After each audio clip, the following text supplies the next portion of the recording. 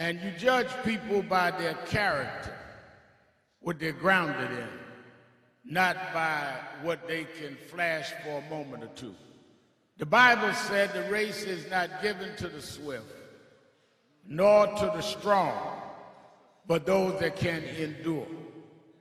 There was a woman that endured from civil rights activism days and rose to the pinnacle of power in Washington, but never forgot her commitment to the movement and the cause and young people.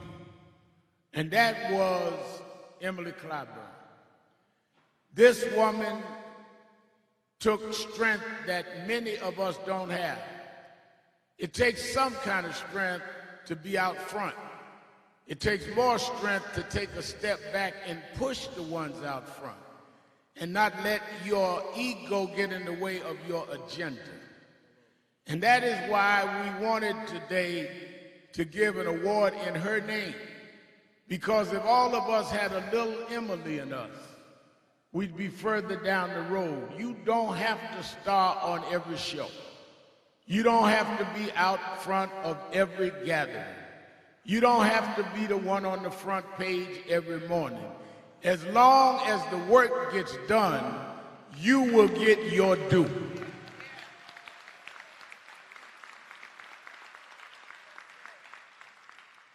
Still water runs deep. And I wanted the young people in National Action Network to always know of this still strong woman. So when I asked Reverend Rivers and the ministers and membership here that we would have this post-debate breakfast and let the candidates all give a few minutes, I said we must name one award after her because she was so strong and consistent and always kind. And even when we messed up, she was firm but understanding. I remember a few times I would say, you know, Miss Clyburn, so. She said, I know you did, but you didn't mean it, Al. She, before I created the narrative of why I didn't do what she knew I did, she forgave me and confirmed I did it all at the same time. So we said, well, who can we give this to? There's no one that earned it more than her life soulmate. They met in the movement. They went to jail together. And he never, ever forgot that she was the wind beneath his wings. And the reason why Jim Clyburn can walk around Washington with an inner peace and an inner security, unlike anyone I've seen in the leadership in Washington, is he knew where his grounding was, he knew where his back was covered, he knew that no matter whether it went good or bad, that Emily would be there, and as long as she was there, his title and position in Washington was not the end of his life.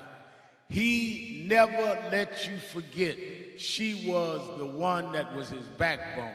And he has never let this nation forget that the people in South Carolina sent him there for a reason, not a season. There is no one with more integrity and sacrifice that have gone to Washington that didn't get blinded by the lights. Some we sent up there, and next thing we know, they trying to sit up on Abe Lincoln's lap at the Lincoln Memorial. But then others go and try to get the laws done and get us protected. And that's what Jim and Emily did. So we're proud to present to you the winner from our National Action Network, Emily Clyburn Award, her soulmate, Congressman James Clyburn.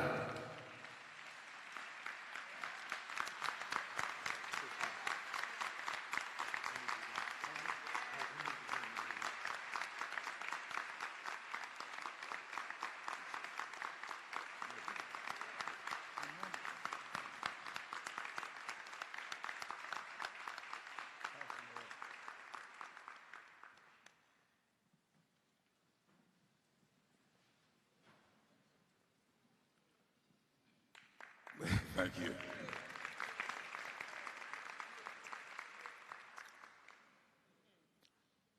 As many of you know, I'm a PK.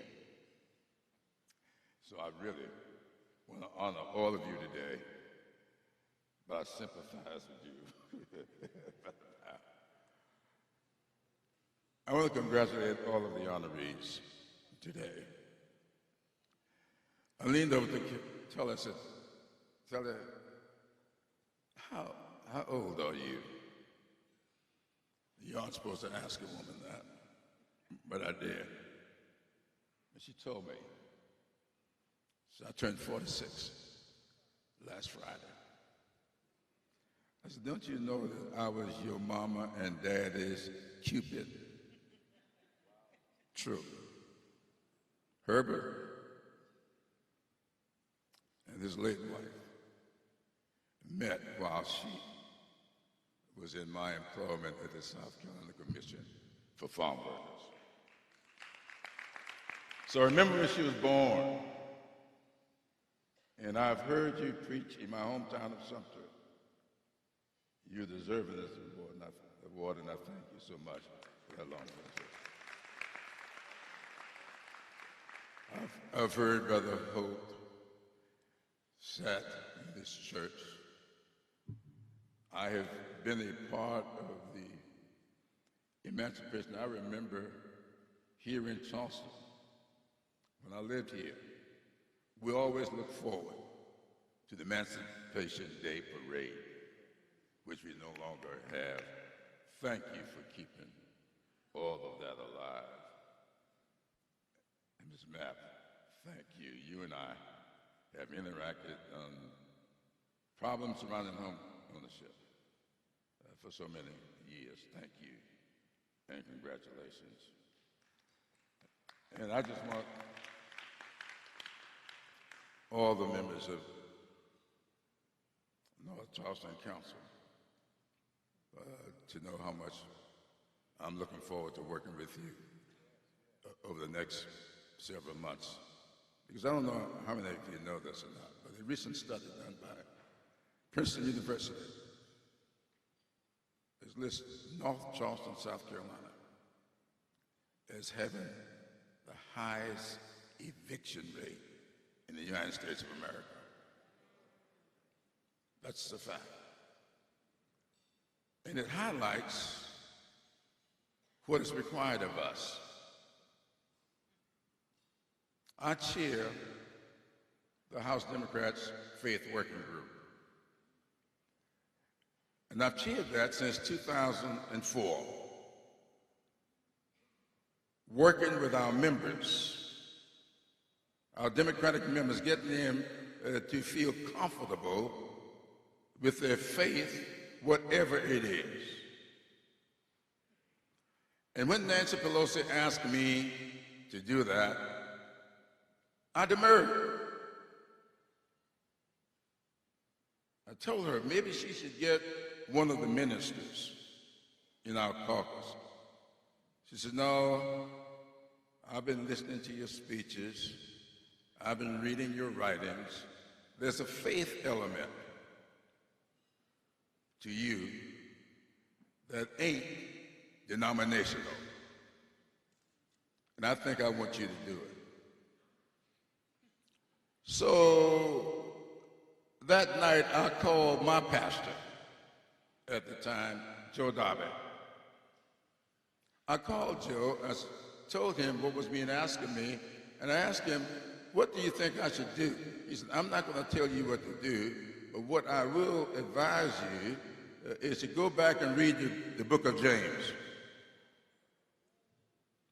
Now, the book of James has always been my favorite book of the Bible, not just because of my name, but it's such a short book of the Bible. You can read all 5 of those chapters in one sitting and think you've done something. So I went back and I picked up the Bible and I started reading. When I got into the 2nd chapter, I saw exactly what Joe was saying to me. But I was not satisfied with that. I called him back. I said, now let's work through what James was thinking about when he wrote this epistle. And many of you know from your studies that James wrote that epistle around 44 AD, 44 years after Christ had ascended. And there was a great division among the believers, the followers, as to what was required of them. Some of them felt that all you needed to do was just profess your belief.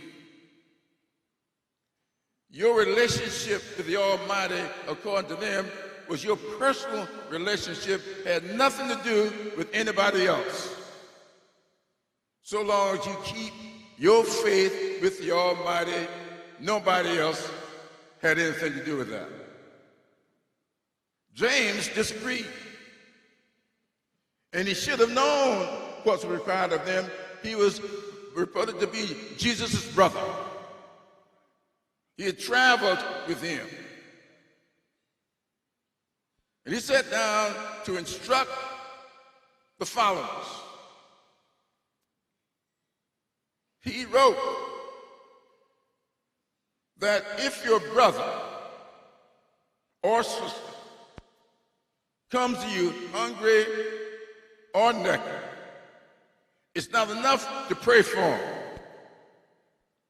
It's not enough to tell them to go in faith. You feed them and you clothe them, because faith without works is dead. That resounded with me.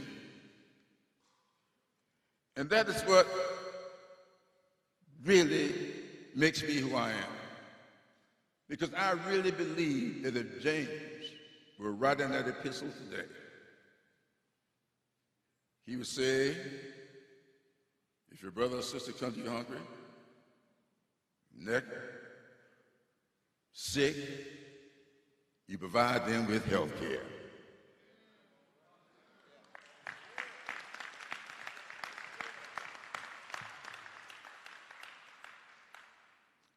And so, what I try to do in every waking moment is to live out my pledge to the people of South Carolina, making America's greatness accessible and affordable for all.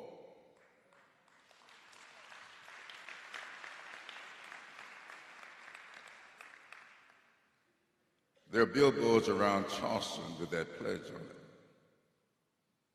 Reverend Al, those billboards are up in honor of Emily.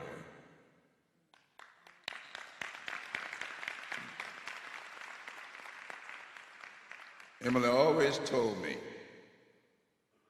I don't care how many radio ads you buy, how many TV ads you produce, when you run for office, for me, I want to see billboards. And someone asked me the other day, why you got up billboards? Because Emily told me to put up billboards.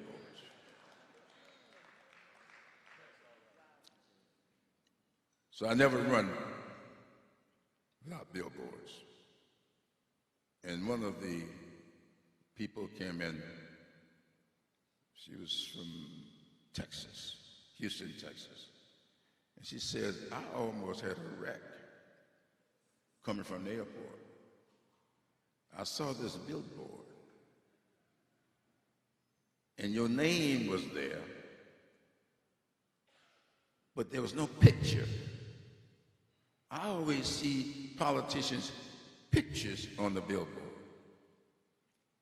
I didn't think it was a good thing to put the picture of the real congressperson there. But I put my name there because Emily told me it ain't about you. It's about Monk's Corner, where she was born and raised. It's about rural South Carolina. And I just want to say to all of you who have gotten awards, I hope that you will demonstrate in the days, weeks, and years ahead that you are deserving, because I am going to work with all that is within me to demonstrate that I'm deserving of this honor you've given me today. I just hope I live long enough to do so. Thank you, and thank you.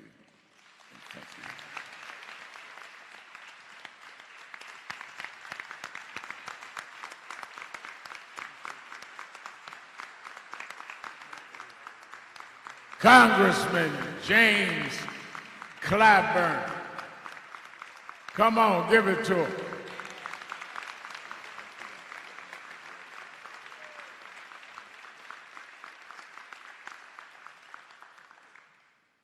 We have invited the presidential candidates that will be on the ballot here on Saturday to come and address this gathering of activist leaders and faith leaders.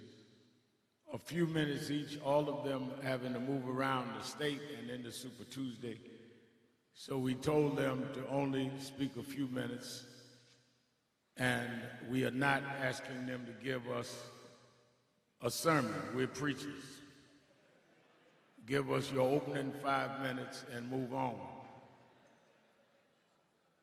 Let me say, in introducing the first one, I've known Joe Biden for decades, and the thing that has always stuck out in my mind is, even if I disagreed on an issue, I argued about the crime bill in '94.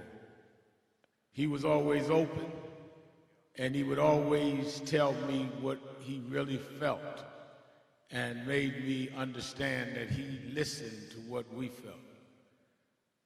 The 8 years that he was the vice president, he came and spoke at National Action Network 3 or 4 times. I'm not talking about had us to the vice president's house. I mean, he traveled to New York and did our convention.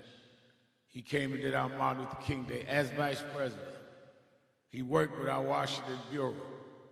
And when he wanted to deal with the unintended consequences of the crime bill, He came and did our Martin Luther King breakfast before he had announced he was running for president, and addressed it on our platform first on Martin Luther King Day as a guest of Martin Luther King III and I.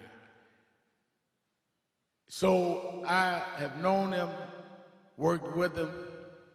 I can tell you that as one that had access to President Obama, that many of the things that we saw happen that were progressive, and you know, progressive is such a loose term now that everybody's progressive. I had room service this morning. I had a progressive waiter that was arguing with me on what kind of sweetener I was using, because I don't use regular sugar, I use another kind. He had a more progressive kind. I was trying to get it sweet and get out of there. So y'all can have all these progressive arguments. I'm trying to get to progress, not to the title. Some folks are progressive about everything but race. They got every agenda but a black agenda. He has always dealt squarely, and I'm telling you in the room, he would push a lot of things that wouldn't have got pushed.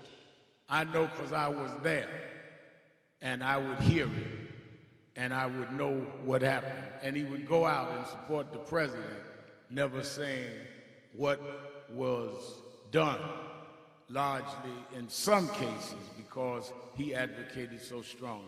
So it is no surprise he was the first one to say, no, Rev. Mal, I'll come by there and ask later how many people and who else. He didn't even know we were honoring Clyburn. And he's here first this morning.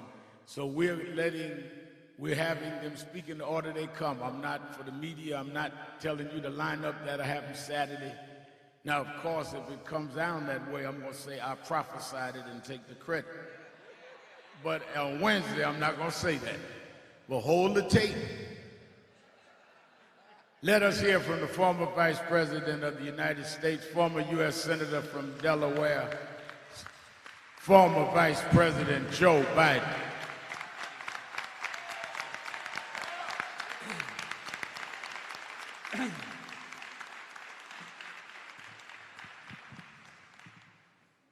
My name's Joe Biden. I've been working for the Rev for a long time.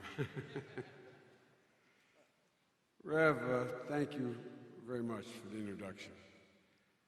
Jim, the overwhelming reason why I wanted to be here is because you were being honored.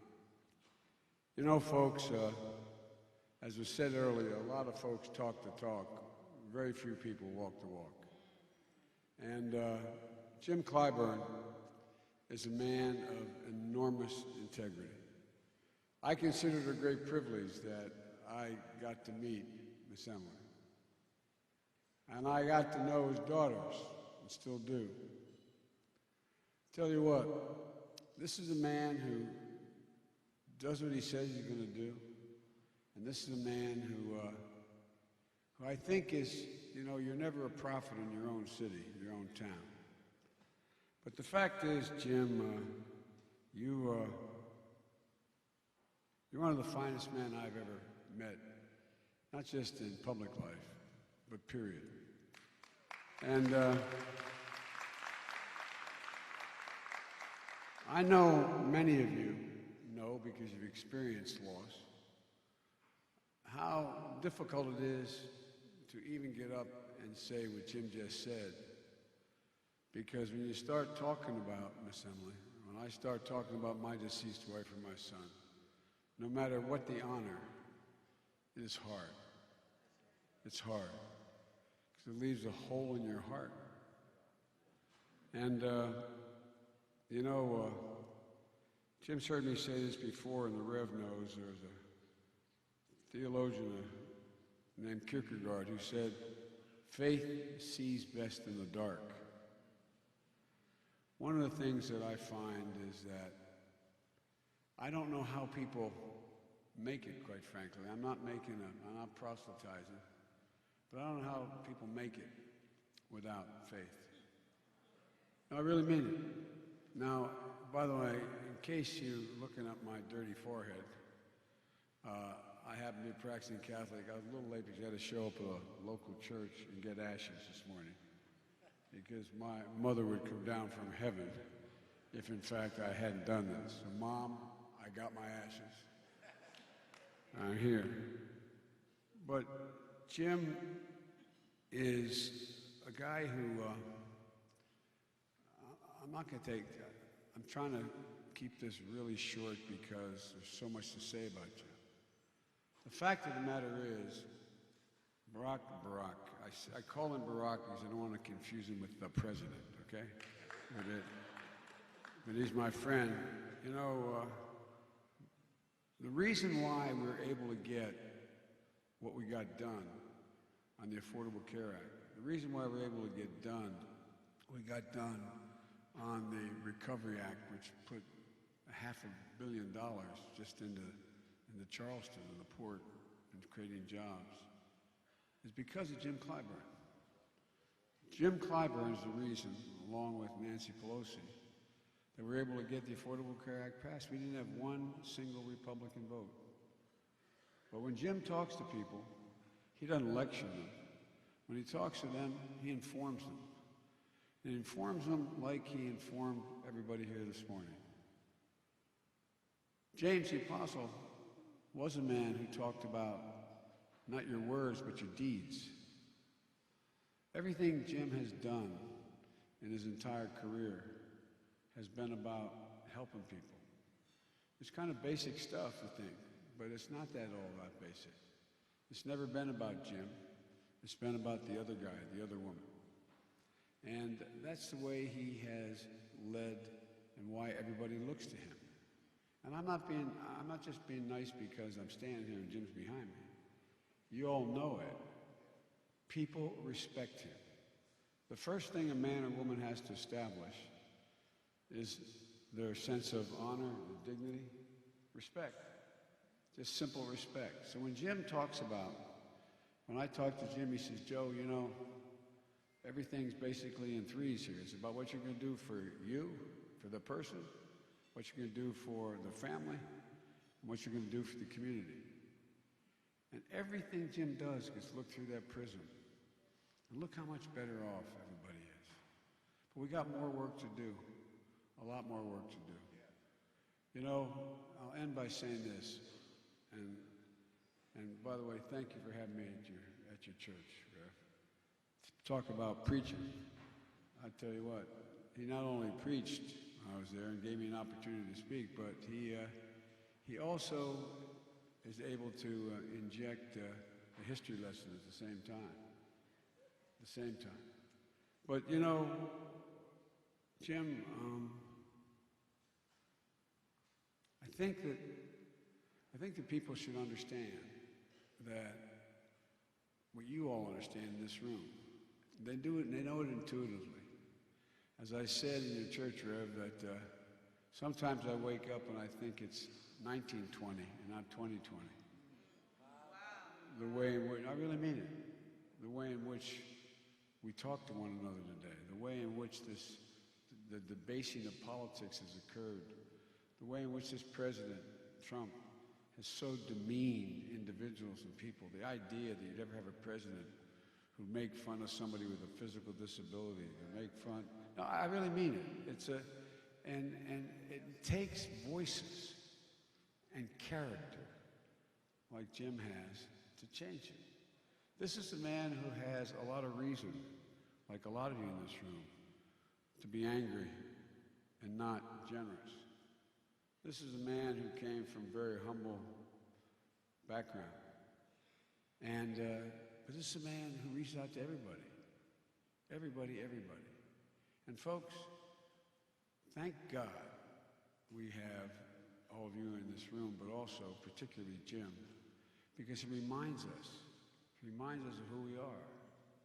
What you're doing the least to my brethren, you're doing to me. That's what it's about. That's how I was raised. And Jim, whether I'm still around or not, you got a lot of work to do.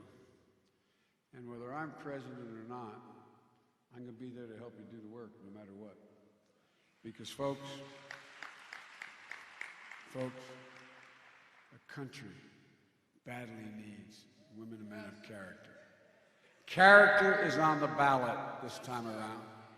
And the man with the most character, the people I work with is sitting behind me here. He is the one who everybody's looking to. And Jim, you better hope I don't win because you're going to be the busiest man in the world. God love you all. Thank you for having me. And may God bless our troops.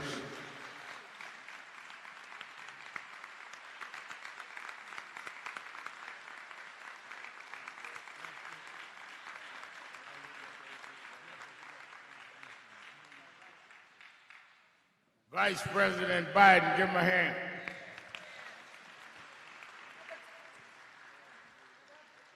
One of the things that we want to see in whomever is the next president is one that will respect and give access.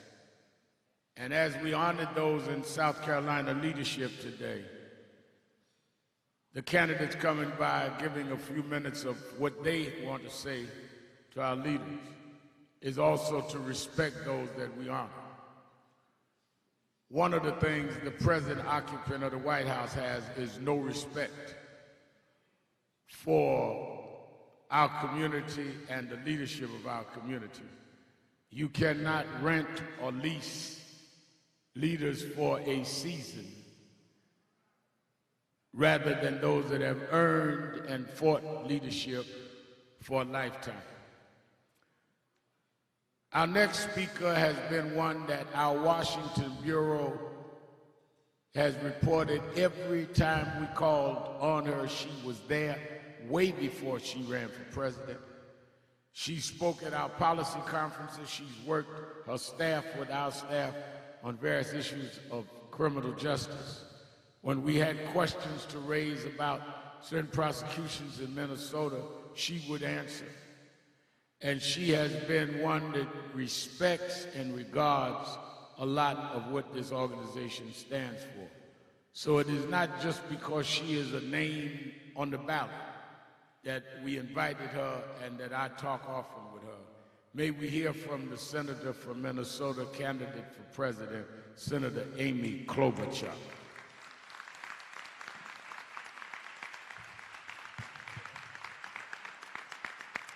Thank you. Well, thank you so much, Reverend Sharpton. Thank you so much also to Reverend Benton for hosting us.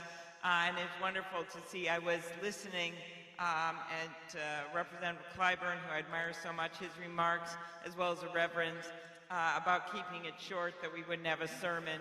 And it reminded me, actually, a few years ago, I went to a troop deployment in Oklahoma, and it was 109 degrees of our Minnesota National Guard. And they put the politicians in the sun so we wouldn't talk too long. And in the course of the whole thing, 17 people fainted. And they got water, they were fine. And I got home and I was on the phone to a friend telling the story of how I'd been in Oklahoma. It was 109 degrees and 17 people fainted. And my daughter, who was like 13 at the time, jumps up and yells down to my husband downstairs, "Dad, Mom talked so long today that 17 people fainted." So I will try not to have that happen again. So first of all, I'm sure many of you were at the debate or watched it. I continue on my message that despite kind of the slugfest that can go on there, that there is still so much more that unites us than divides us. And I think we have to remember that as we go forward, because when it comes to these issues of division and racial justice, we literally have a president right now in the White House who says after Charlottesville that there are two sides. Remember that? He said that. Well, when one side is the Ku Klux Klan, there are not two sides. There is only one side, and that is the American side. And we have to remember that what unites us here is that. Last night, I quoted Dr. King when he said that we are all tied in a single garment of destiny, that what affects one of us directly affects all of us indirectly. And by that, I mean, first of all, the kind of hate that this president has been spouting. You think about the words and how much that means to people. What does that mean to kids in Baltimore when they wake up in the morning and they find out that the President of the United States has called their city rat-infested? How do they feel? How do our immigrant kids feel when they hear the kinds of things and how he talks about immigrants? Words matter. What he says matters. Hate directed against one affects all of us, whether it is that horrific shooting by the white nationalists in the church right here, and you think about those victims and how they could get some justice for their families if we had a president that would actually think that closing the Charleston loophole would be a good thing, not only for safety, but for righteousness for those families. But he doesn't think that. Affects all of us. The stabbings in New York at the rabbi's house, the mosque in Minneapolis that was bombed by white nationalists just 2 years ago. All of that is happening right now. There's been this major increase in hate crimes. And what affects one directly affects all of us indirectly. And we all know it is the same when it comes to economics, which is why last night when I had my moment, I talked about broken promises to the African American community, that there have been too many broken promises and that we must make promises that we keep. And that includes passing Representative Clyburn's bill to invest in underinvested communities. There's absolutely no reason that we can't get this done. That includes more money into public education. The daughter of a teacher, I'm the mom of a child that went through the public schools. I went through the public schools. They mean everything to me. And investing in those schools and pre-K is what we need for a good start for any kid in their life, especially in the state of South Carolina. Increasing the minimum wage, understanding there's many paths to success. Actually getting this done is what's going to matter. Criminal justice reform. The fact that right now we have a movement going on across the country where we realize that when people get out of prison, they then should have their rights restored and they should be able to vote. When you have states like Florida voting to do that, even though they screwed up the implementation, that should mean something to us, that something's afoot. The fact that we were able to pass the First Step Act, which of course is only the First Step Act to reduce felony sentences on the federal level for nonviolent offenders, well, we should be doing the same thing for the 90% of people that are incarcerated in the state and local jails. And yes, I'm a former prosecutor. That was a job I did before I got to the Senate, and I think actually having someone that knows the system, the bad parts, the good parts, what needs to be changed, which is everything from the way we handle grand juries to eyewitness identifications, I think that makes a difference. Someone that admits there has been enormous racism in our criminal justice system, and that must change. Voting rights. None of this is going to happen unless African Americans are able to vote. And you have right now what's going on, as the North Carolina court said just a few years ago, that they are discriminating this administration and their friends with, quote, surgical precision. Those aren't my words. Those are words in a court case by a Republican-appointed judge when they looked at what North Carolina had done to try to get people off the rolls. My friend Stacey Abrams would be governor of Georgia right now if it wasn't for the voting violations. There is no doubt about that. And she once said this. She said, you know, just because you haven't gone to church for a while, or to synagogue or mosque, just because you haven't gone, you don't lose your right to vote, to worship under the Constitution. Just because you don't go to meetings like this and are already at 8 in the morning and maybe not everyone's here, you don't lose your right to assemble. And just because you haven't gone and voted in every single election, you shouldn't have to show up at the voting booth and find out you lose your right to vote. But that is exactly what voting purges are, and that is why, as president, I will stop the voting purges. That is my bill right now, to get rid of that, to get rid of gerrymandering, and to automatically register every kid in this country when they turn 18 to vote.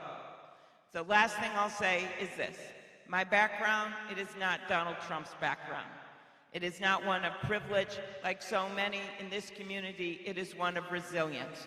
My grandpa, he was an iron ore miner. He worked 1,500 feet underground. His parents died when he was really young. He was the oldest son.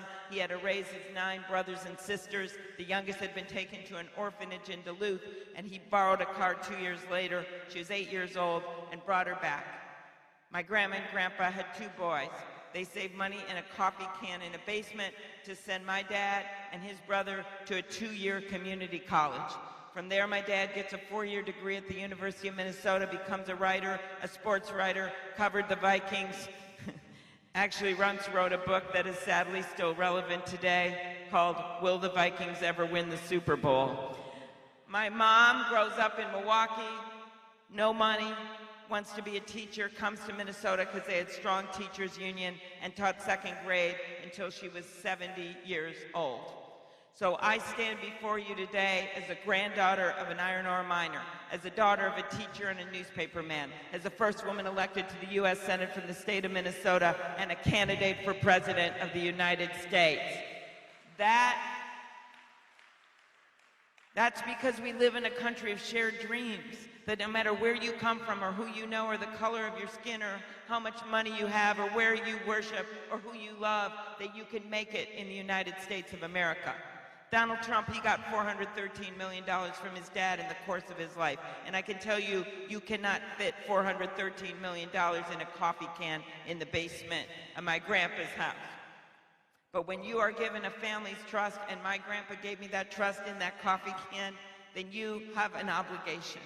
An obligation not to go in the world with a sense of entitlement. An obligation to go into the world with a sense of opportunity, obligation to lift people up instead of pushing them down, to bring people with you instead of hoarding it for yourself. So that is the grit that I bring to this race. The grit learned from starting your campaign in the middle of a Minnesota blizzard and no one ever thought you could get through it because you had 4 inches of snow on your head. The grit from growing up with a dad who struggled with alcoholism his whole life and only got through it when, in his words, when he got the treatment, he was pursued by grace. The grit from having your daughter born and she's sick and you thought it was going to be perfect and she's in and out of hospitals for the first few years and you get kicked out of the hospital, which I did in 24 hours, and I went to the legislature and got one of the first laws passed in the country guaranteeing new moms and their babies a 48-hour hospital stay. That was my start in politics. That is how I began my journey. So with that, I just want to thank you, and I want to remind you, no matter what you see on that debate stage, we all know what our mission is. We all know what's important, and no one knows more than the people in this room. And that is that we have to win, we have to stop this injustice, we have to beat Donald Trump, and the way that we do it is with a fired-up Democratic base, which has always been rooted in the African-American community. My argument is, you've got a lot on your shoulders. You have carried that torch for a long time, and that maybe you need some friends. That we need some people to join this big coalition. And it's got to be people that stayed home in the election, or even some of those people that voted for other candidates, that we've got to build this big coalition to bring people with us, because they are ready to do it. But only if we have a candidate that doesn't push them away, but brings them with us. Because this is my last thing I'll say. We may have lost an election in 2016, but we didn't lose hope. Thank you for carrying the torch of that hope. Let's go on and win this. Thank you so much. Thank you, Reverend Al.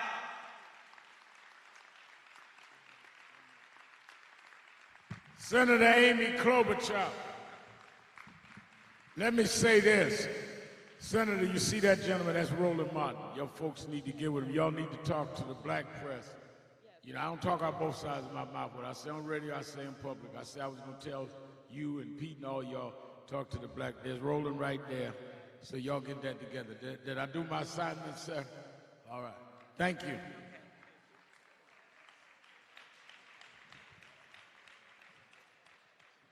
All of us have different roles. And if we support each other in our roles, then we'll get where we got to go.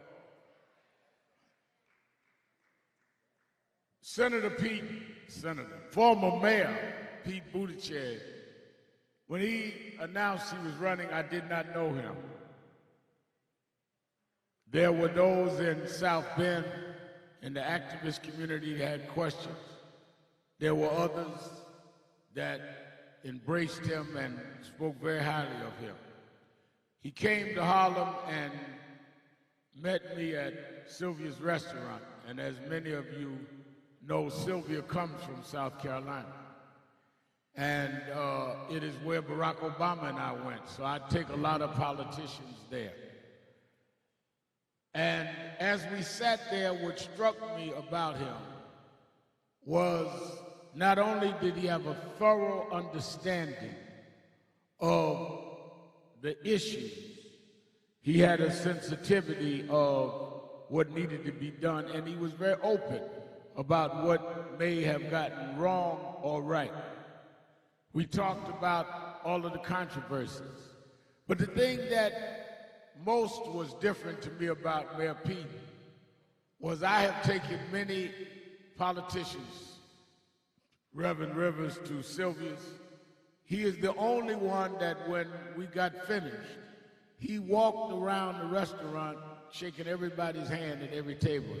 And I was saying, I don't know if you want to do that now. This is Harlem, and we don't know you that well. But he walked up, Mayor Pete, I'm running for president. There were about 100 people outside yelling Mayor Pete, so everybody knew he was there.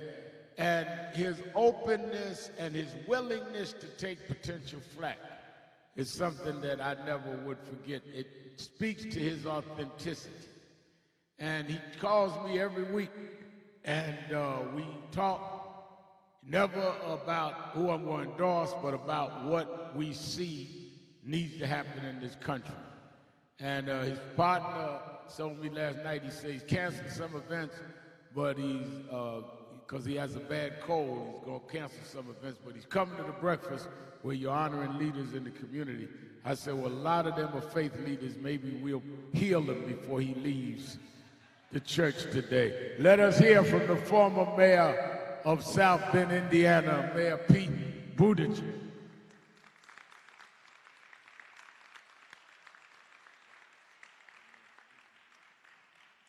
Good morning. Thanks for indulging me if my voice comes and goes. Thank you, Reverend Sharpton, for your leadership, and thank you for that meal at Sylvia's. I feel that every time I see you, we are breaking bread in some way, so thanks for keeping us well-fed in body as well as spirit. I want to acknowledge Whip Clyburn, whose grandson Walter is doing such good work on our campaign. Reverend Rivers, thank you, and whose son Chris is one of the minds that helped shape our immigration policy and joined us at First Baptist Church on Sunday. As you saw, we had quite a debate last night and continued to make our case going into Saturday, knowing that there are a lot of voters who looked at us over the course of the last year and said, call us back when there's less than 20 of you, and are still making up their minds. And I am here to ask for your vote to help end this presidency and the forces that brought this president to office, and to help us get to a brighter future. And it is humbling. It is humbling to ask anyone for their vote. But it is particularly so when addressing black voters whose vote was earned through generations of struggle, through blood and sweat and tears, just to have access to the ballot box, and a vote that for so many was only one within living memory. And so I'm asking for that vote knowing how hard won it is, knowing it is the vote of those with a great deal at stake, knowing it's the vote also of those who have been taken for granted far too often by politics as usual. And I am going to do everything in my power to earn that vote, not just going into the election, but throughout the presidency I'm proposing to create. Reverend Holt was kind enough to host Pastor Taylor from South Bend on my behalf about a week ago. And I remember going to Pastor Taylor's church, one of the growing churches in South Bend, a decade or so ago, when I was asking for votes in my own community, running for mayor, asking the people of my hometown to trust me to take a risk on a big vision from a new candidate. I remember the pastor saying to me, after a couple, maybe 3 times I'd come along, he said, "I like you. Everybody knows how to come to my church before an election. I want to see what you do next." And I'll tell you what happened next. Not only did I keep coming, but we were able to team up on things like affordable housing, forming a nonprofit to partner with the city, because I know how important it is to deliver. And the people who I serve, some of them who have come here to South Carolina to share South Bend's story, will share how we showed up after that election, how we got together and took a city that was described as dying in the national media, and got that city growing. How a diverse and low-income city like South Bend cut black unemployment, cut black poverty faster than what happened around the country. We're nationally recognized for the investments we made in businesses and neighborhoods that had been left behind. But they will also tell you about the unfinished business in our city, the work that remains to be done, the need to confront the effects of institutional racism on policing, on what has happened in the disparities of those impacted both by policing itself and by violent crime. And they will tell you that there were times when we did not get it right. They will tell you about mistakes that I made and the process that we went through to make sure that we got better each passing day. And the most important thing was to acknowledge the experiences that I don't have. I was particularly humbled to be aware that last night there was a discussion of racial justice among 7 white candidates standing on a debate stage. It was hard to miss. And I am mindful of the fact that I will never know what it is like, walking down a street or walking through a mall, to feel eyes on me, assessing me, believing me to be dangerous without knowing the first thing about what I'm actually like, just because of the color of my skin. I will not have that experience. I will not have the experience, should I be wheeled into an emergency room, that experience that so many black women in particular have had, of being less likely to be believed when I describe being in pain just because of the color of my skin, which we know is one of the reasons why there is a gap in maternal mortality. I have not had the experience of having to sit down and have the talk with my son about what to do when you're pulled over. When I am pulled over, I roll my eyes and wonder how much the ticket is going to be. And I know that fellow Americans tighten their grip on the steering wheel, feeling for their lives. I do not understand from lived experience what that is like.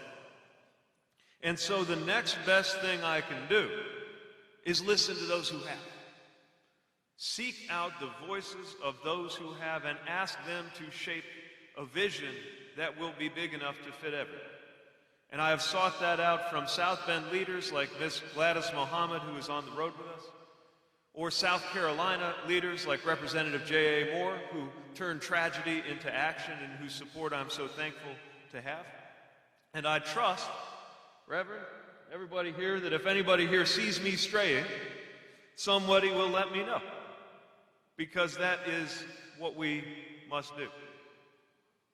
So as somebody who, of course, has not got everything right, my personal commitment is to always show up, to always listen, to always learn, and to empower the voices that must be heard in my White House, as we have sought to do in the campaign. And I know that the black community, in spite of everything, in spite of the broken promises, in spite of being taken for granted, has kept faith in the future. And this is our shot to redeem that faith, because the image I always keep in my mind is how it's going to be that first day the sun comes up over the low country and the rest of the United States of America, and Donald Trump is no longer the President of the United States. That's the day we're working toward. Of course, we got to make sure we bring that day about.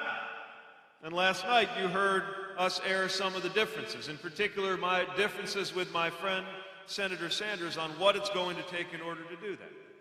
In particular, the responsibility that the top of the ticket has to make sure that we're winning up and down the ticket. Because I want to keep somebody like Joe Cunningham in Congress, send somebody like Jamie Harrison to the Senate, and say goodbye to Lindsey Graham, not the other way around. So we got to work together on that. That's why I will be a nominee who will call out to fellow diehard Democrats, invite independents to join us, and even continue to draw across what I like to call the future former Republicans, who are themselves having trouble looking their kids in the eye and explaining this president to their children. And I'm ready to go toe-to-toe with this president. Wouldn't you like to see a president who talks a lot about the forgotten people have to stand next to somebody, not a millionaire, somebody who actually lives and works in a racially diverse community in the heart of the industrial Midwest, who can call him out on the fact that the only economic promise he's ever kept is tax cuts for corporations? Wouldn't you like to see a president who went out of his way to avoid serving when it was his turn, stand next to a veteran who will remind him of all the reasons why a traumatic brain injury is more serious than bone spurs, and why it is not patriotic to pardon war criminals? And being among ministers, I would also suggest that a president who likes to cloak himself in religion, this president ought to be held to account by somebody not afraid to remind fellow believers that God does not belong to a political party in the United States of America. Wouldn't that be nice? We can build an American majority that agrees not just who we're against, but what we're for. An American majority for acting on climate change and health care. An American majority that stands with the workers like those I marched with in Charleston this week on the principle that one job ought to be enough, whether you have a college degree or not, in this country. A majority that sees the hatred that took 9 lives at Mother Emanuel, and the mass shootings at schools around the country, and the loss of our youth. So often our black youth, day after day after day, in communities from South Carolina to my own hometown, and knows that the time has come to end the use of the Second Amendment as an excuse to do nothing at all about gun violence when we know we can be saving thousands of American lives. There is an American majority today that wants that to happen, and that knows that we must act to bring about the day when your race has no bearing on your health or on your wealth or on your access to education or to the vote or your experience with law enforcement. And I am proud that we have put forward the most comprehensive vision of any campaign to achieve that, beginning with the understanding that you cannot just wipe away a racist policy and replace it with a neutral one and expect that to deliver equality. We have to act proactively and with urgency, and that is the idea of the Frederick Douglass Plan, shaped by black voices on this campaign. To triple the number of entrepreneurs from underserved communities, to use the purchasing power of the federal government to help build up a black middle class, to triple our funding to Title I schools and dedicate $50 billion to the HBCUs that are creating the next generation of black doctors and black teachers and black astronauts. Addressing those health disparities with an empowered Office of Health Equity and Justice and health equity zones so that communities can target strategies for neighborhoods. And with black home ownership at the lowest level since housing discrimination was lawful in this country, the time has come for a 21st century Homestead Act to address those families that have been redlined into neighborhoods only to be gentrified right back out of them when the prices start to go up, and allow them to build equity and build wealth to deal with that wealth gap. And we must make our criminal legal system worthy of being called a justice system, cutting incarceration in half, reversing the harms of the war on drugs, and yes, expunging records so people can get their lives back on track and can re-enter. And of course, all of this depends on access to the vote, which is why the time has come, in a season when we see voter suppression from the purging of rolls to the closing of polling places. Excuse me. The time has come for a 21st century Voting Rights Act to make sure that that kind of voter suppression will not stand. So these are the policies we need, but I know that the vision has to be even bigger than that. We need a chance to build a sense of belonging in this country. Whether it is a father having the talk or a gig worker driving to make ends meet, even though she's got 2 jobs already, or the 9-year-old boy I met wondering if something inside of him meant he would forever be on the outside in our society, we can let them know you are part of this future that we are building. And I'm asking for your vote based on my understanding of what the presidency is for. I'm not seeking this office because I would like to have it. I'm seeking this office because I believe the presidency has a purpose. That the purpose of the presidency is not the glorification of the president, it is the empowerment and the unification of the American people to do these big things. That's what this election is about. And part of what the presidency in the right hands could do is bring us together as one American people, as one body. I'm thinking of the scripture that says that even though the body is made up of many parts, it is one body. That if the foot says to the hand, because I am not, I promise I will leave the preaching to the professional preachers, but it is on my mind, that scripture that says that if the foot says to the hand, because I'm not a hand, I am not part of the body, it's not any less part of the body. And if the eye says to the ear, because I'm not an ear, I am not part of the body, it's not any less part of the body. That if the whole body were an eye, the scripture says, where would the sense of hearing be? And I hold this in contrast to a president who, on the day he was sworn in, said, I alone can fix it. Mr. President, nobody this side of paradise can fix anything alone. We are in this together. We need each other. And that is the spirit of the presidency that I'm asking for your vote to help us create. Thank you for the chance to stand before you. Thank you for your leadership. Thank you for your passion. And I look forward to seeing you on the campaign trail. Thank you. Thank you very much. Thank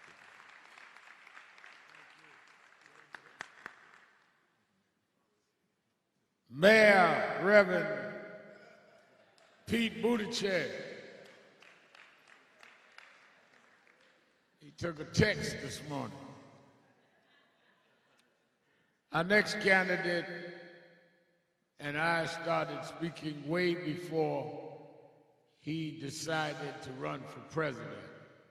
Tom Steyer has built an organization and movement around climate change, around impeaching the president, around issues of criminal justice, and began meeting with many of us even before he decided to run. I remember many evenings in New York having dinner with him, and the passion and determination you've seen on stage, he had even 3 or 4 years ago. And when he decided to run, that has not in any way diluted. He has built a business, but he's made it his business to stand for issues and has stood for them as a presidential candidate. May we hear from Tom Steyer.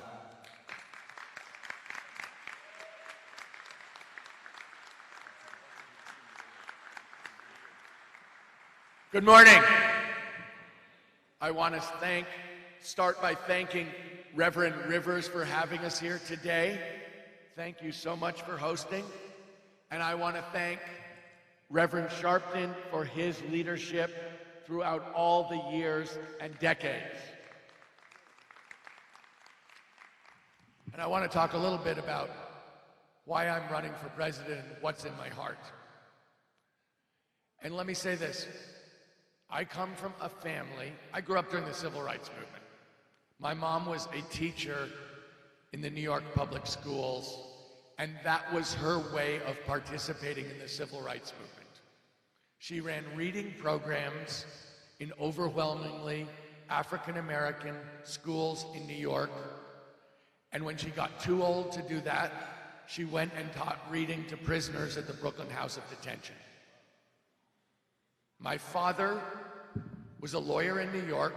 He's the first generation in his family to go to college. He graduated from college at 18. He graduated from law school at 21. He left the law to go into the Navy after Pearl Harbor. And at the end of the war, because he had a law degree, He was the assistant to the chief prosecutor of the Nazi war criminals at the Nuremberg trial. And what my parents believed in, and what they taught my two brothers and me, is that it is your job to stand up for justice in this society.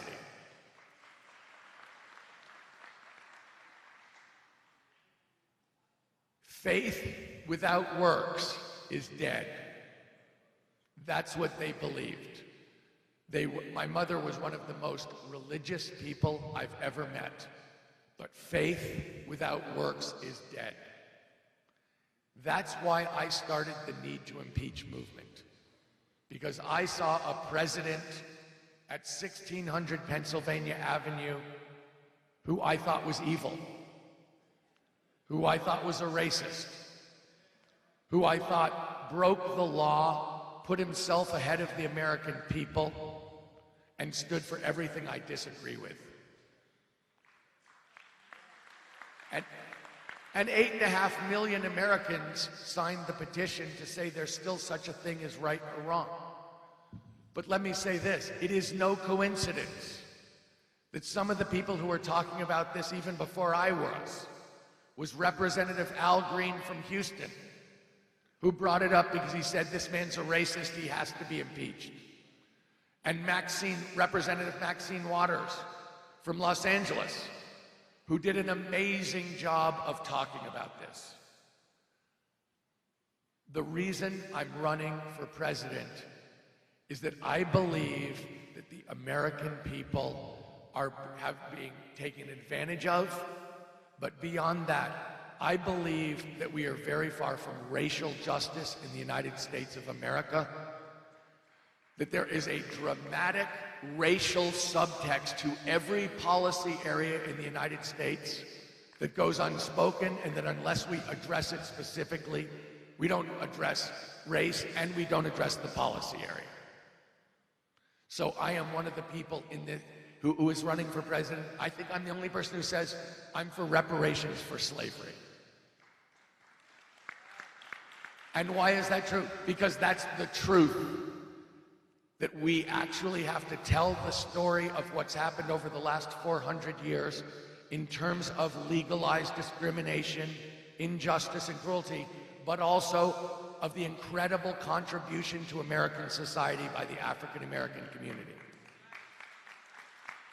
And that when we acknowledge that contribution in building America, but to me also the moral leadership that African Americans have given the whole country for generations and centuries, is something that needs to be acknowledged and thanked, because actually to this very day, I believe that African Americans are providing the moral leadership for this country right now.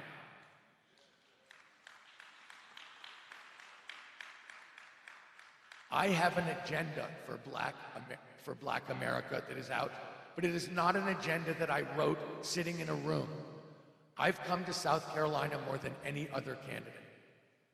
I have traveled and talked to people to see what it means not to be able to drink the water that comes out of the faucet in Denmark. I've had dinner with the people there. I haven't drunk the water, but I've eaten the food. I know what it means to be in a medical desert, because one of the people in our campaign lost a first cousin because the ambulance couldn't get him to the hospital on time 2 weeks ago, and a goddaughter 4 weeks ago because the ambulance couldn't get her to the hospital on time. I have traveled South Carolina to see the wages, how little people make. $7.25 minimum wage is an insult to working people. I would more than double the minimum wage. That's a raise for tens of millions of people. Look, Donald Trump is a racist.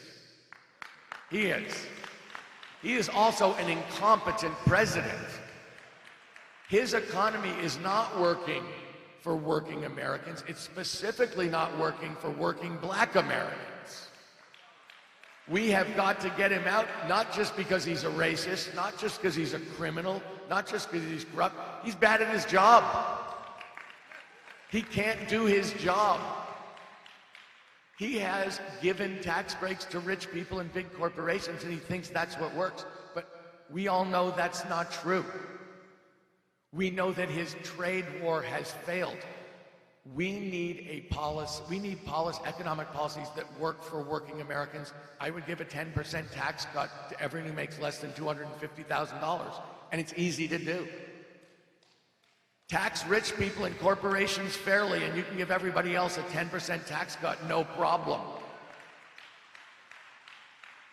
I'd create millions of good-paying union jobs, over 4.5 million a year, because we have to rebuild this country. Look, we're in a climate crisis. People in South Carolina have to know we're in a climate crisis that affects you all. I fought on this for over a decade. I've always started with environmental justice. I've always started in the black and brown communities where you can't breathe or drink the tap water safely. I know that's where the leadership comes from. People think climate is a science problem. It's a human problem with a gigantic racial subtext.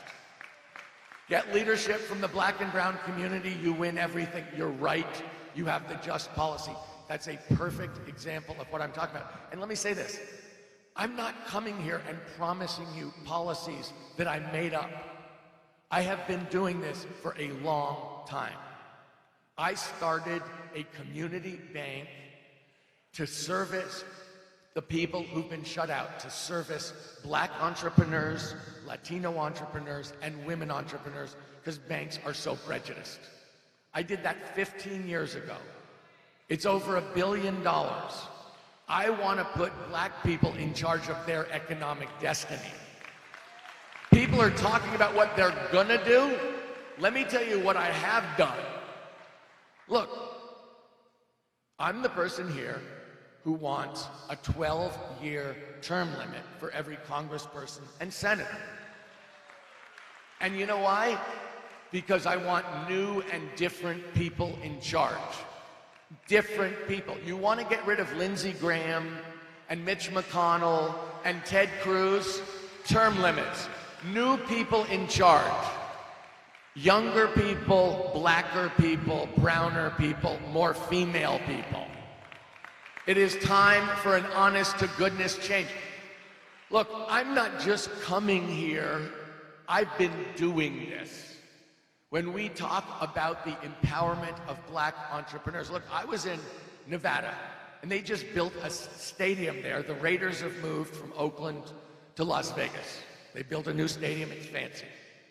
1% of the contracts to build that stadium went to black people. That's outrageous. That is outrageous. And so a 75-year-old African-American minister said, Tom, what do you think about that? And I said, well, let me say something. When there's a quota for black entrepreneurs, it's outrageous, but when there's a 99% quota for the old boy network, it's all good. That's got to change. This is completely different. Let me say this. I've worked on criminal justice for a long time. They want me to stop. Let me finish quickly. I've worked on that for decades. Faith without works is dead. Let me say the last thing. I'm telling you, the African-American community has led this country before Dr. King, by Dr. King, and after Dr. King. On Saturday, South Carolina gets to speak. It's 65% of the Democrats in South Carolina are black. There gets to be a new reset. We don't have to go with a socialist who thinks the government has to take over big parts of the economy. We don't have to go with a Republican who did stop and frisk. The Democrats in South Carolina get to make a reset. It's 2/3 African Americans. That is appropriate. I've said from the beginning, the African American community is the moral leaders. The African American community gets to choose the next president. That's what happens on Saturday. I'm asking for your vote. Not only have I done this for years, I'm talking to ministers. I write a cross on my hand to remind myself, you do the right thing every day, even if they put you on the cross. That's what I'm here to tell you. That's what I'm going to promise you I'm going to do. Under all circumstances, no matter what it costs, I will stand up for this community because something wrong has happened that has to be repaired so that we can move forward together in a just society. Thank you very much.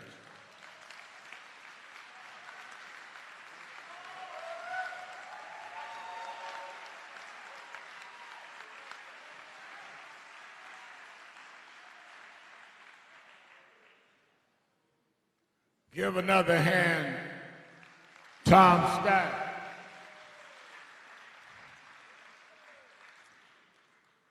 I was privileged at a very young age, 18 years old.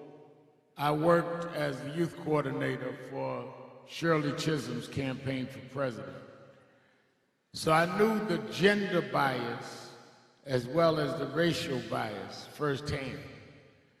There's a woman running for president this year that has had to face gender bias even in the progressive community, but has done so gallantly and has, I think, more than anyone, impacted how consumers and regular working class people are treated by big business, big banking, and big insurance.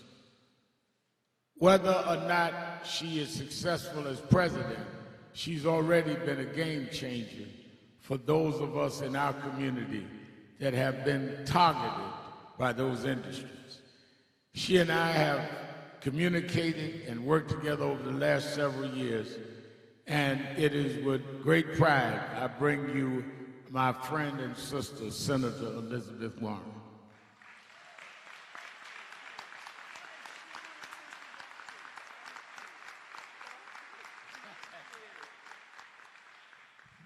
Good morning. Good morning, National Action Network. You know, I want to say a word about National Action Network. They've been on the front lines in the fight for social, racial, and economic justice. You have challenged leaders, Democrats and Republicans, and made real progress in this country. And that progress is possible because of the vision of your leader, the Reverend Al Sharpton. Can we just say so? It's been amazing.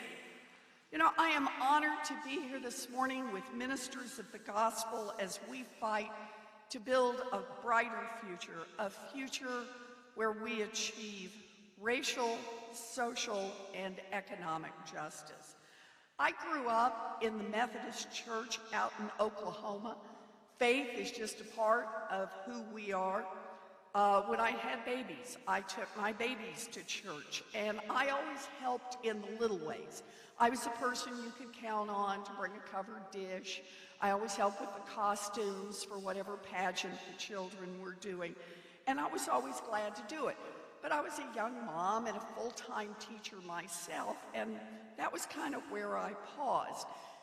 Then the pastor came to me one day and he said, Elizabeth, we need you to teach a 5th grade Sunday school class. And I said, oh, Pastor, I don't think I can do that. And he said, well, we really need you to teach this. We've had some changes in the teachers and so on. And I said, oh, Pastor, I just really feel like I kind of am up to the edge of what I can do. And finally grabbed my arm and he said, I've got to have somebody watch those kids. So he persisted.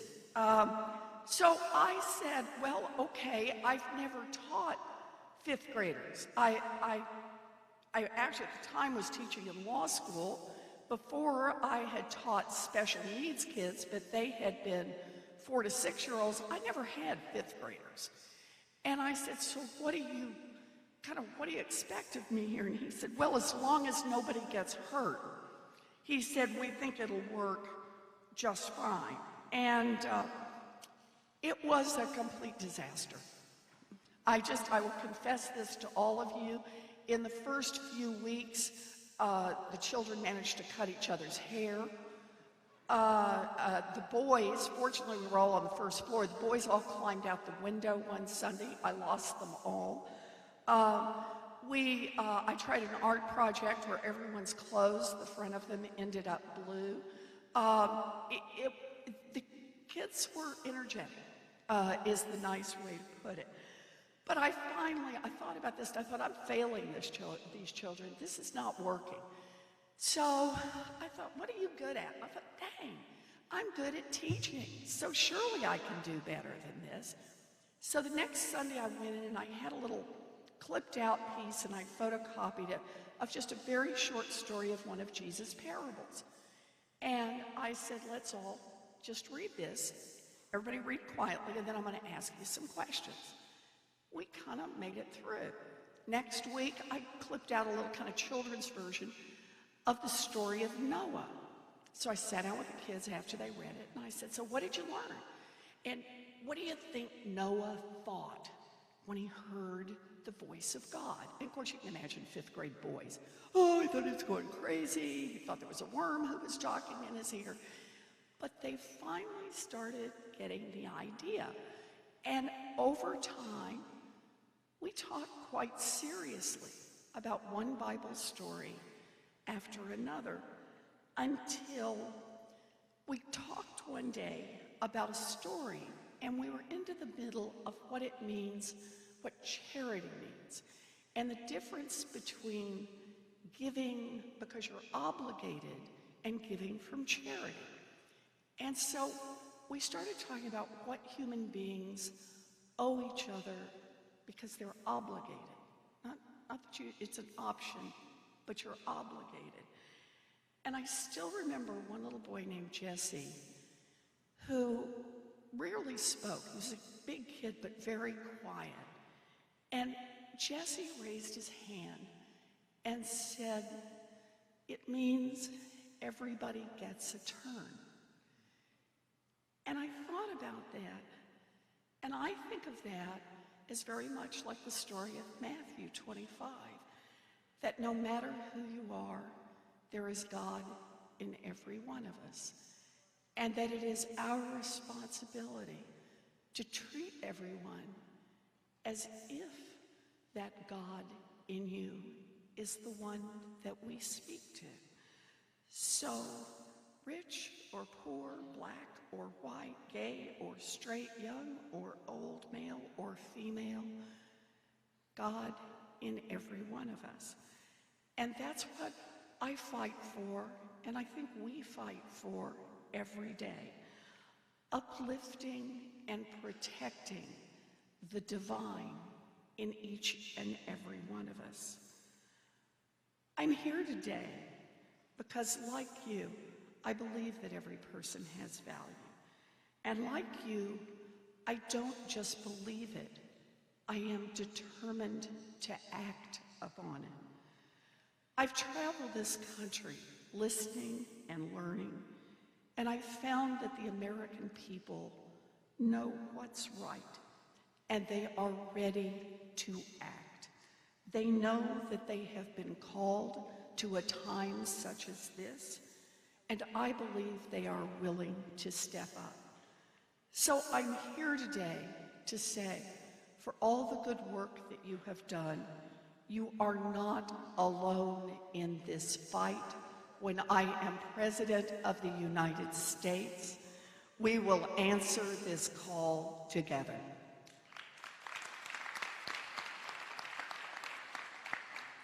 For me, I want to be clear. This call is not for empty promises. This call is not for vague ideas. This call is for real plans to make real changes in the lives and communities of people across this country.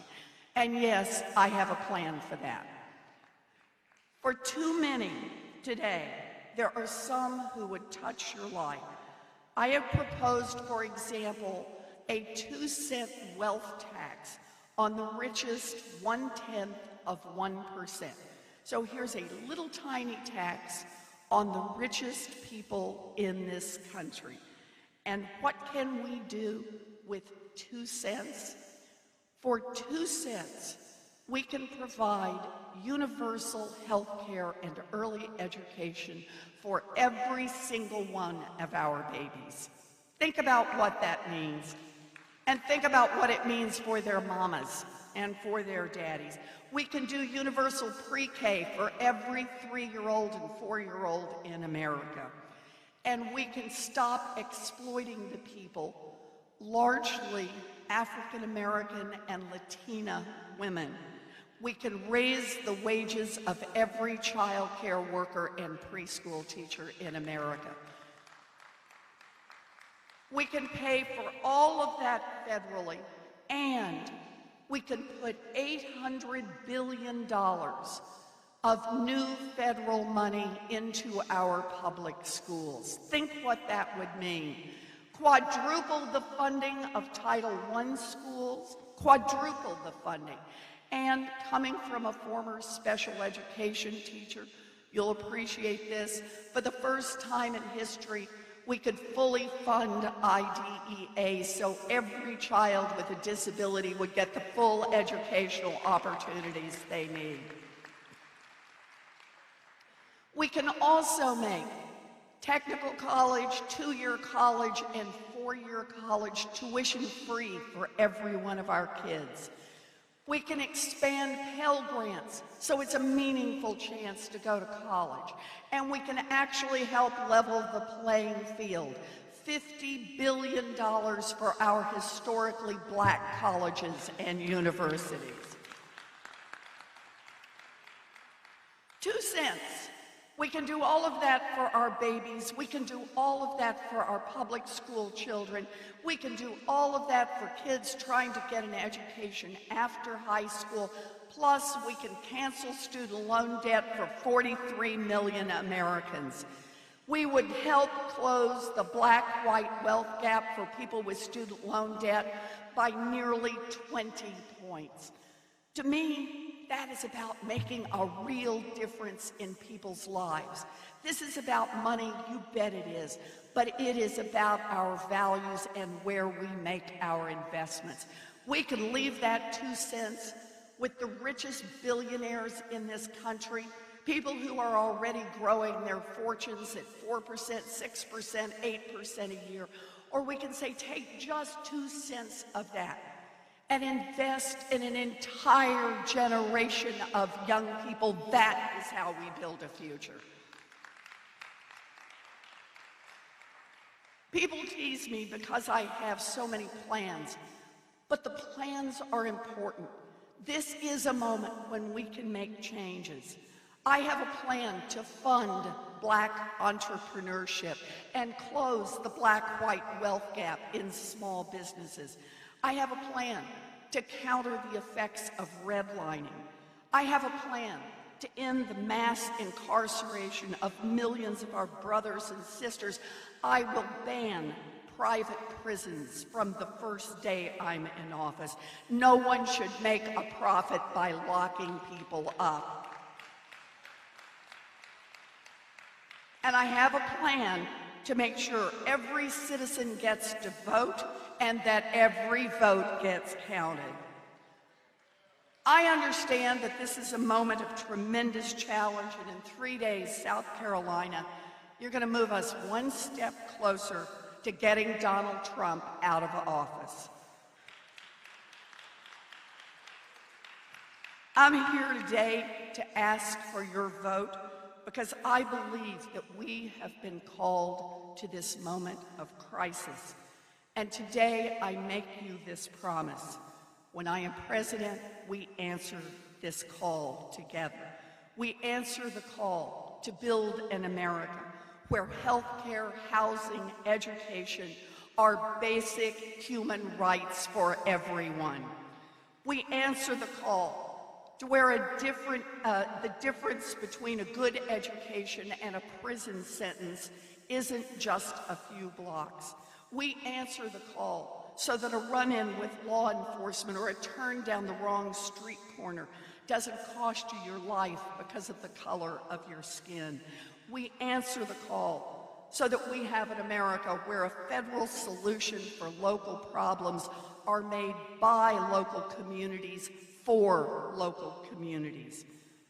When I am president, we will have an America where every day the person in the White House talks about how every human being has value and where we turn our backs on no one. It is an honor to be here with you today. My pastor is here with me, Reverend Culpepper.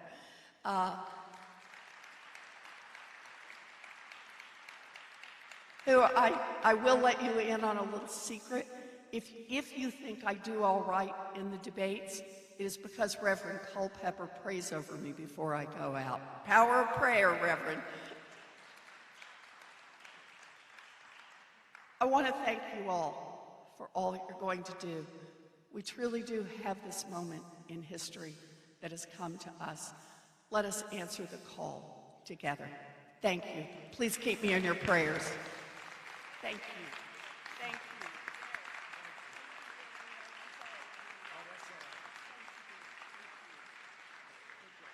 Senator Elizabeth Warren. Our last speaker is the front runner. And many never thought that Bernie Sanders and front runner would be in the same sentence. But if you had any doubt, they said when I was a younger activist and started getting a lot of attacks, an older mentor of mine said, Reverend Al, when you know you are doing well, is think of civil rights like a football game. They only run to tackle you if you're the one with the ball. Nobody tackles anyone that doesn't have the ball because they can't score. Bernie Sanders and I have known each other. We've talked about issues for years. He's been consistent. If he did something that we disagreed, he could be the first one to explain it and convert you, or be open to being converted. But I want to say this, and I'm going to have a lot more to say in the next day or so about this campaign, but I think it's important in South Carolina. The civil rights movement always was targeted by those that would use the Red Scare. I talked the other night at Trinity University, where Cleola Brown was there, about how when I started my youth group, Bayard Rustin gave me the money.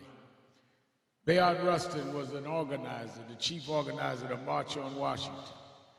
They would not let him take a public profile because they said he was a communist. They accused Dr. King of being a communist. Every major leader in the 60s, they tried to call socialists a communist.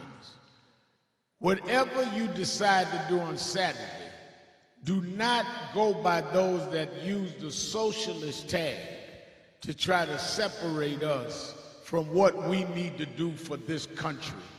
Because we've been down that road before, and we are not that stupid to allow you to tell us who is what. Socialism, capitalism, all of it has not worked fairly for black folks. So those that rob us say, don't deal with them, they socialists. The socialists don't socialize with us, don't deal with them because they rob us. It's time for all of us to be treated fairly. And what he has represented has been fair. I judge people, the Bible says you judge a tree by the fruit it bears. How do I know Bernie Sanders? I know him because we talk, I know him because we communicate, but I know him because I trust Nina Turner and I talk to her. I know him because I talk to Cornel West. We fuss and fight like brothers do, but I talk to him. I talk to Philip Agnew, and they talk about the respect and access they have on staff. You got to talk to the people that walk with a man to know who a man is. They know how they are when they back at the hotel. Because they can tell me anything, but if you don't empower the blacks around you, you will not empower the black community. So I want us, when you make up your mind this week, if socialism's on your mind, read about what they said about Martin Luther King and others. If other things are on your mind, weigh it in the balance. But do not let others tell you, I will put it this way. When Nelson Mandela was freed from jail and came to address the UN, I was honored to be part of the delegation. I will never forget, he went one night, Bernie, to Senator Bernie. I'm sorry. Don't want to disrespect you. I don't want us to. But he went one night to do an interview with Ted Koppel.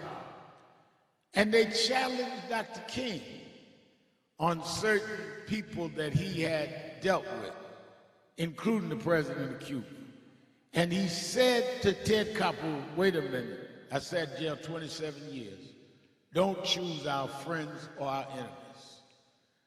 To have an assessment does not mean you are signing on to everything somebody says. If I'm going to condemn Sanders for an analysis, then I can't say I came out of the King movement as a teenager. So I wanted to clear that up because a lot of folk talking don't know what they talking about. Those of us that had to fight for the right to vote need to use that vote in a fair way, fair to those that fought for it. And one of them that came south to fight for that and was arrested was the senator from the state of Vermont, Senator Bernie Sanders.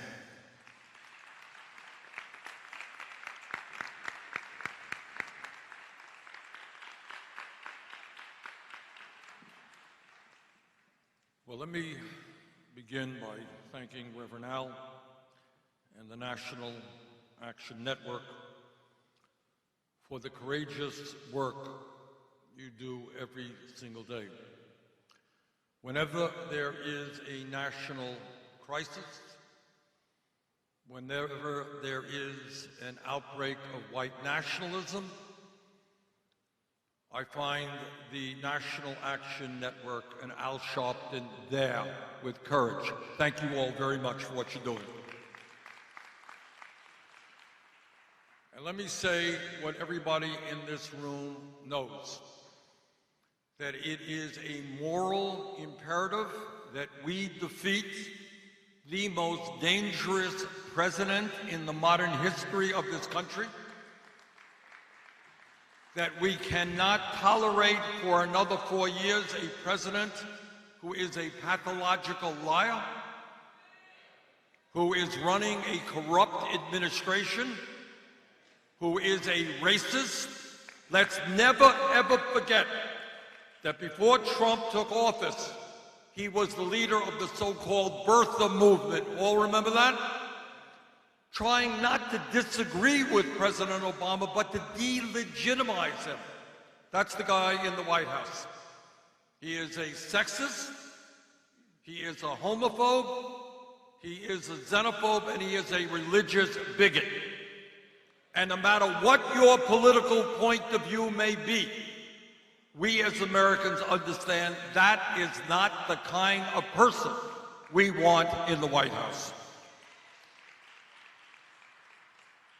Now, as Reverend Al kind of mentioned,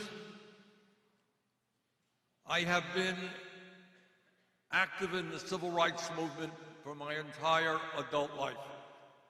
I know that most candidates do not come forward and tell you about the times they were arrested. Probably not what you put on your resume. But I am proud to tell you that when I was a young man at the University of Chicago, I was arrested fighting housing segregation in Chicago. Took on the University of Chicago dealing with school segregation. Worked with SNCC and the civil rights movement in the South trying to provide the help that they desperately needed. And I know I date myself when I tell you I was there for the March on Washington for Jobs and Freedom back in 1963, and that Dr. King has played an enormously important role in inspiring what I do. But it's obviously not just Dr. King's dream who we are trying to fulfill. It is people like Ella Baker, who played a pivotal role in the NAACP and the SNCC movement. People like Fannie Lou Hamer, the co-founder of the Freedom Democratic Party, I'm old enough to remember that. People like the Reverend Jesse Jackson. And I am proud to tell you that in 1988, long time ago, I was one of the few white elected officials. I was mayor of the city of Burlington who endorsed Jesse Jackson, who brought him to Vermont, and we won Vermont for Jesse Jackson. And I am very proud to tell you that I've worked with the Reverend Al Sharpton for so many years on so many issues, and I applaud him for his courage. You know, when things get hot, some people run away, some people run toward it. Reverend Al and your movement runs toward the crisis and the danger, prepared to take on all kinds of opposition. Clearly, there have been ups and downs in the civil rights movement. We are all proud that in recent history we have passed major civil rights and voting rights laws. And I am old enough to tell you something, that 30 years ago, very few people in America would ever have believed that we would elect an African American as President of the United States and re-elect him. All right? We take it for granted now. Trust me, that was not always the case. And I was proud to support Barack Obama in both of his campaigns. And today, after the 2018 election, the Congressional Black Caucus that I work with as chairman of the House Progressive Caucus, now has the largest number of members in its entire history. But of course, we still have much work to be done, especially under Trump. And as I've traveled this country, I've met with so many heroes who are continuing the fight against racism in all of its ugly forms. And I think back now about a young woman named Erica Garner. I think many of you remember Erica Garner and her courage in standing up to police brutality and ugliness in New York City. And we also remember the memory of North Charleston's own Walter Scott and so many others who have lost their lives at the hands of police brutality. As Reverend Al just mentioned, Dr. King talked about socialism during his life. And what he said back then resonates today. This is what he said, and I quote, "This country has socialism for the rich and rugged individualism for the poor," end of quote. You all know what that means? It means that people like Donald Trump, when he was a private real estate developer, received $800 million in tax breaks and subsidies in New York City to build luxury housing. That's called socialism for the rich. It means that major corporations today, like Amazon, made $11 billion last year in profits. You know how much money they paid in taxes? Not a nickel. It means that the Walton family, the wealthiest family in America, that pays its workers at Walmart starvation wages, we subsidize them because many of their workers at low wages have to go on Medicaid, food stamps, and public housing. So I think that maybe we need government policies that protect working families, not just billionaires. And right now, in the midst of massive income and wealth inequality, we have massive disparities between the black and white communities. Not acceptable that white families have 10 times the wealth of black families. Not acceptable that the infant mortality rate in the black communities is more than double the white communities. Not acceptable that black women die in childbirth 3 times more than white women. Not acceptable that African American school districts do not receive the funding they need to provide quality education to their kids. Not acceptable that a young black male born today has a 1 in 4 chance of ending up in the criminal justice system. Racism is rampant It's rampant in housing, in healthcare, in education, in financial services. And my promise to you is that instead of dividing the American people up, which is what Trump is doing, we're going to bring people together. We're going to end every form of ugly racism that exists in this country. Instead of letting the NRA determine gun policy, we're going to have gun policy determined by the American people.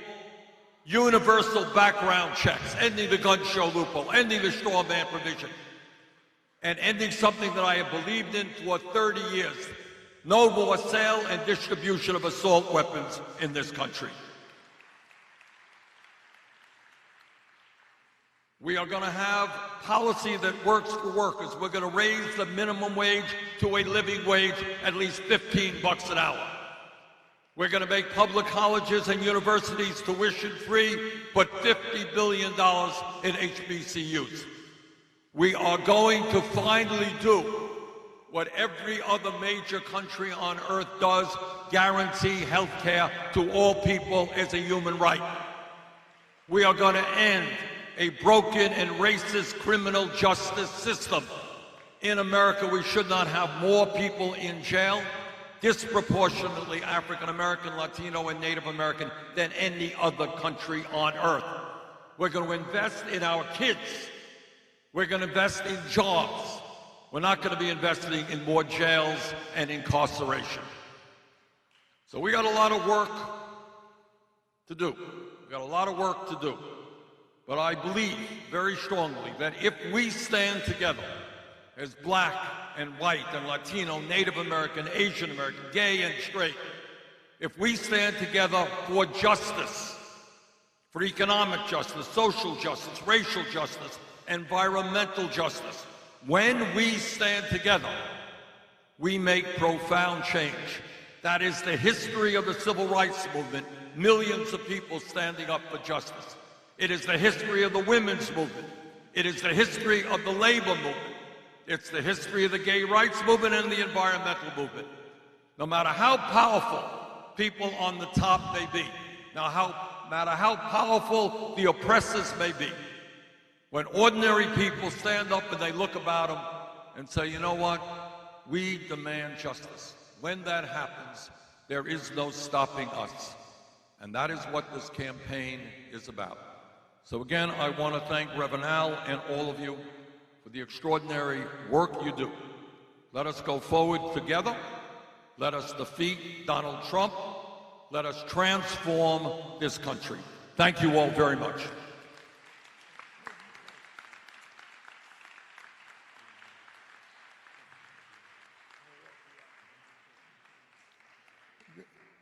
Would you give all of our candidates a round of applause?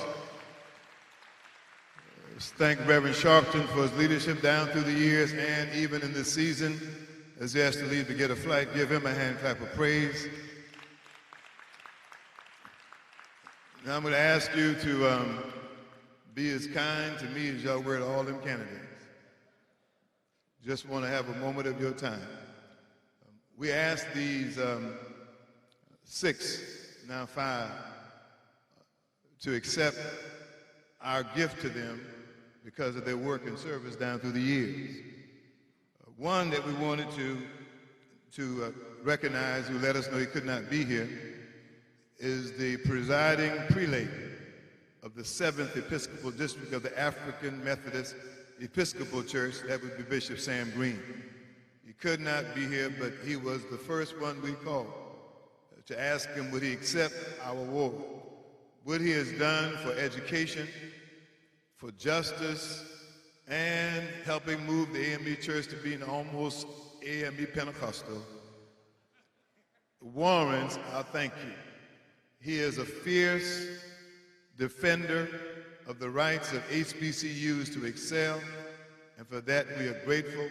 So would you join me? We're going to present the award to him in person, hopefully this weekend when we go to Columbia. But would you thank Bishop Sam Green, the presiding prelate of the 7th Episcopal District of the African Methodist Episcopal Church. And to show we're not joking, that's his award. So Ran over, say, where's the singing somebody? Did y'all remember, I know you did, the funeral for our friend Clemente Pinckney? And y'all remember the person who took over? And I was teasing him, if I add up all the hits on all my YouTube, in the history of my life, it wouldn't be 7,000. And he has a video that has 700,000 hits when he sang that tremendous song at Clemente's homegoing. And he tried to convince me he didn't plan to sing it, but I know better. So Reverend Randolph, the Singing Somebody Miller, come on and receive this for Bishop Green.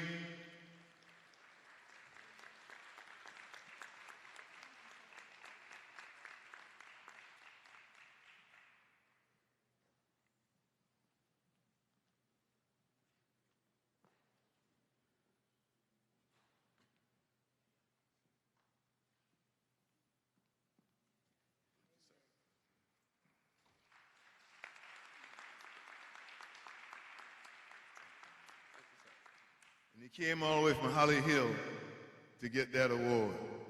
And somebody driving from Holly Hill ought to be able to stand up on the stage and receive the award. And we're glad about it. Let me quickly thank all of you for coming and delivering on a commitment that Trudy Grant and I made to Reverend Sharpton. When he asked us, will we do this? And he asked us, Pastor Benton, how many folk you think can come? I didn't answer. Trudy Grant said, Red, we can do about 300. And we spent 12 days in Africa knowing that was not going to be true. And we got back from Africa, and doggone if y'all didn't do it. So give the Lord a hand clap of praise for your faithfulness. You want to check out Roland Martin Unfiltered? YouTube.com/Roland S. Martin. And subscribe to our YouTube channel. There's only one daily digital show out here that keeps it black and keep it real. It's Roland Martin Unfiltered. See that name right there? Roland Martin Unfiltered. Like, share, and subscribe to our YouTube channel. That's youtube.com/Roland S. Martin. And don't forget to turn on your notifications so when we go live, you'll know it. Hey everybody, this is your man Fred Hammond, and you're watching Roland Martin, my man, Unfiltered. Hi, this is Essence Atkins, and you're watching Roland Martin Unfiltered. Hey yo, Peace World, what's going on? It's the Love King of R&B, Raheem Devon, and you're watching Roland Martin Unfiltered. Hi, my name is Brescia Webb, and you're watching Roland Martin Unfiltered. Ow. Well, I like a nice filter usually, but we can be unfiltered. What's going on? This is Tobias Trevelyan, and if you're ready, you are listening to and you are watching Roland Martin Unfiltered. What's up? I'm Lance Gross, and you're watching Roland Martin Unfiltered. Hi, this is Cheryl Lee Ralph, and you are watching Roland Martin Unfiltered. I mean, could it be any other way? Really? It's Roland Martin.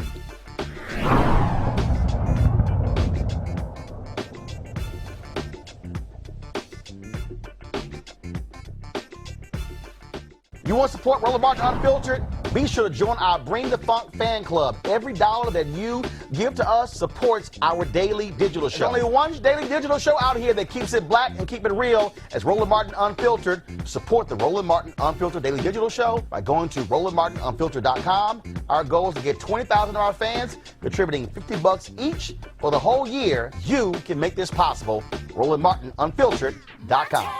Hey fam, want to check out Roland Martin Unfiltered? The blackest show on all of digital, cable, and broadcast. Check out our audio podcast. There's only one daily digital show out here that keeps it black and keep it real. It's Roland Martin Unfiltered. Press play.